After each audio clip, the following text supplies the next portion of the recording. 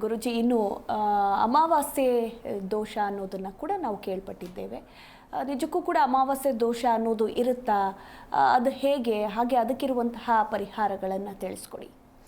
ಮುಖ್ಯವಾಗಿ ಅಮಾವಾಸ್ಯೆ ದೋಷ ಅನ್ನುವಂಥದ್ದು ಹೇಗೆ ಬರ್ತೈತೆ ಅಂತಂದರೆ, ಮಗು ಜನನ ಆದಾಗ ಅಮಾವಾಸ್ಯೆನಲ್ಲಿ ಹುಟ್ಟಿದರೆ, ಪೂರ್ಣ ಅಮಾವಾಸ್ಯೆನಲ್ಲಿ ಹುಟ್ಟಿದರೆ ಮತ್ತು ಆ ಗಳಿಗೆ ಅನ್ನುವಂಥದ್ದು ವಿಗಳಿಗೆ ಅನ್ನುವಂಥದ್ದು ಬರ್ತೈತೆ. ಮತ್ತು ಪ್ರಾಂತ್ಯ, ಯಾವ ಜಾಗದಲ್ಲಿ ಯಾವ ಸೂರ್ಯೋದಯಕ್ಕೂ ಮತ್ತು ಅಮಾವಾಸ್ಯೆ ದಿನಕ್ಕೂ ಆದಂತಹ ಜನ್ಮದಲ್ಲಿ ಮತ್ತು ಆ ಅಮಾವಾಸ್ಯೆನಲ್ಲಿ 27 ನಕ್ಷತ್ರಗಳಲ್ಲಿ 7 ನಕ್ಷತ್ರಗಳು ಮಹಾಕ್ರೂರಿ ನಕ್ಷತ್ರಗಳು ಅಂತ ತಂದ್ಬಿಟ್ಟು ಜ್ಯೋತಿಷ್ಯ ಪಂಚಾಂಗ ಹೇಳುತ್ತದೆ.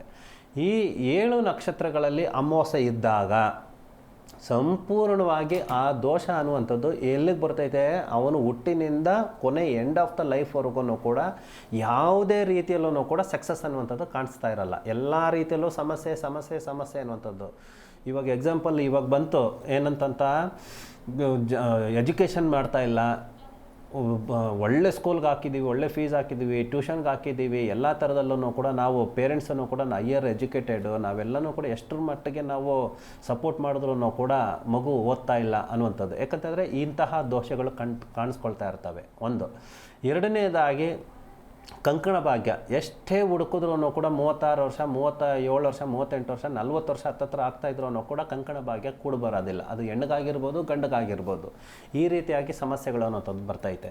ಎರಡನೇದಾಗಿ ಮದುವೆ ಆದ ನಂತರನೂ ಕೂಡ ಕಷ್ಟನೋ ಸುಖನೋ ಲಾಭನೋ ಹೆಸರುಗಳು ಚೇಂಜ್ ಮಾಡಿಕೊಂಡು ಯಾರ ಹತ್ರ ಹೋಗಿ ಕೇಳಿದಾಗ ಈ ಥರ ನಷ್ಟ ವಿಚಾರದಲ್ಲಿ ನಷ್ಟ ಜಾತಕ ಅನ್ನುವಂಥದ್ದು ಬರುತ್ತೈತೆ. ಅದಕ್ಕೆ ನಷ್ಟ ಜಾತಕ ಅಂತ ಬಂದಾಗ ಹೆಸರುಗಳು ಬದಲಾವಣೆ ಮಾಡಿಕೊಂಡು ಗುರುಗಳ ಆಜ್ಞೆಯಿಂದ ಸ್ವಲ್ಪ ಏನೋ ಒಂದು ಬೇರೆ ಕಡೆ ಎಲ್ಲಾದ್ರೂ ಕೂಡ ಸ್ವಲ್ಪ ಸೆಟ್ ಮಾಡ್ತಾರೆ. ಸೆಟ್ ಮಾಡಿದಾಗಲೂ ಕೂಡ ಅದು ನಮ್ಮ ಕಣ್ಣುಗಳಿಗೆ ಅದ್ಭುತವಾಗಿ ಬರೋ ಥರ ನಾವು ಮಾಡ್ಕೋಬೋದು. ಬಟ್ ಭಗವಂತನ ಇಚ್ಛೆ ಅನ್ನುವಂಥದ್ದು ಏನಿದೆಯೋ ಅದನ್ನು ಯಾರ ಕೈಲೂ ತಪ್ಪಿಸೋಕ್ಕಾಗೋದಿಲ್ಲ. ಬಂದಾಗ ಆ ರೀತಿಯಾಗಿ ಸಮಸ್ಯೆಗಳು ಬಂದಾಗ ನೆಕ್ಸ್ಟ್ ಮದುವೆ ಆದ ನಂತರನೂ ಕೂಡ ಸಂತಾನ ಭಾಗ್ಯದಲ್ಲಿ ಸಮಸ್ಯೆಗಳು ಬರ್ತವೆ. ಅಥವಾ ಡೈವರ್ಸ್ ಆಗಿ ಅವರಿಬ್ಬರಲ್ಲೂ ಕೂಡ ಗಂಡ ಹೆಂಡತಿನಲ್ಲಿ ಸಮಸ್ಯೆಗಳು ಬಂದು ಬೇರೆ ಬೇರೆ ಆಗೋ ರೀತಿಯಲ್ಲಿ ಸಮಸ್ಯೆಗಳು ಬರ್ತವೆ. ಅಥವಾ ಈ ಇಬ್ಬರೂ ಕೂಡ ಕಷ್ಟನೋ ಸುಖನೋ ಬಾಧೆ ಬಂಧನೂ ಕೂಡ ಹೆಂಗೋ ಸಂಸಾರ ಕಷ್ಟ ಜೀವಿ ಆದ್ರೂ ಕೂಡ ಸುಖಕ್ಕಿಲ್ಲದೆ ಹೋದ್ರೂ ಕೂಡ ಕಷ್ಟಕ್ಕೋಸ್ಕರನಾದ್ರೂ ಕೂಡ ಸಂಸಾರ ಮಾಡ್ತಾಯಿದ್ರೂ ಕೂಡ ಅಫೇರ್ ಅನ್ನುವಂಥದ್ದು ಸ್ಟಾರ್ಟ್ ಆಗುತ್ತೆ. ಬೇರೆ ಯಾವುದೋ ರೂಪದಲ್ಲೇ ಕೂಡ ಮನಸ್ತಾಪಗಳು ಬರ್ತೈತೆ. ಈ ಎಲ್ಲ ವಿಷಯಗಳೂ ಕೂಡ ಅಮಾವಾಸ್ಯೆ ಜನನ, ಅಮಾವಾಸ್ಯೆ ದೋಷ ಅನ್ನುವಂಥದ್ದು ಬರ್ತೈತೆ.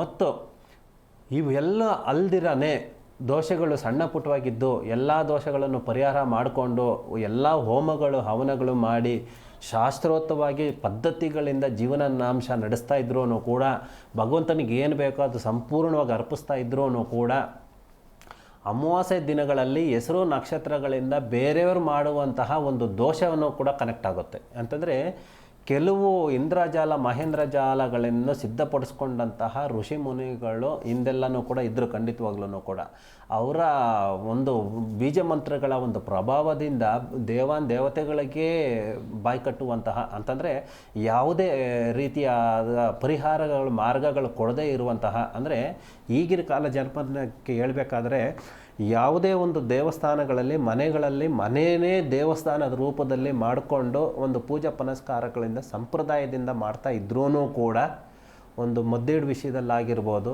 ಅಥವಾ ಮಾಟದೋಷದಿಂದ ಆಗಿರ್ಬೋದು, ಮನೆ ಮುಂದೆ ಮಾಡುವಂತಹ ಒಂದು ಯಾವುದೇ ಒಂದು ಸಂಕಲ್ಪವನ್ನು ಅವರ ಮನೆ ಹಾಳಾಗೋಗಲಿ ಅಂತ ಅಂದ್ಬಿಟ್ಟು ಮಾಡುವಂತಹ ಒಂದು ದುರುದ್ದೇಶಗಳಿಂದನೂ ಕೂಡ ಈ ಅಮಾವಾಸ್ಯೆಗೆ ಸಂಬಂಧಪಟ್ಟ ಇರುತ್ತೆ. ಜಿ ಕನ್ನಡ ನ್ಯೂಸ್ ಈಗ ನಿಮ್ಮ ಮನೆಯಲ್ಲೇ ನೋಡಿ, ಎಲ್ಲ ಕೇಬಲ್ಗಳಲ್ಲಿ ಈಗ ಲಭ್ಯ.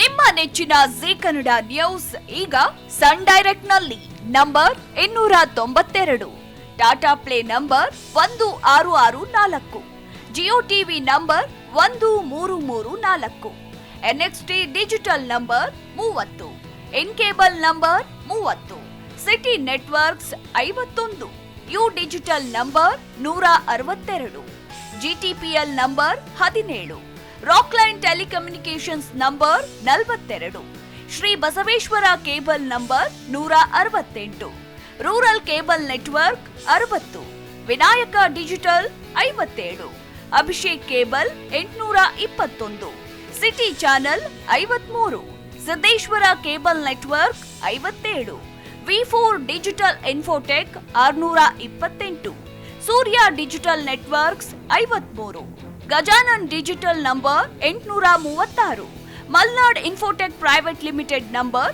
56, Metrocast number 830, Victory digital number 167ರಲ್ಲಿ ನೋಡಿ ಆನಂದಿಸಿ.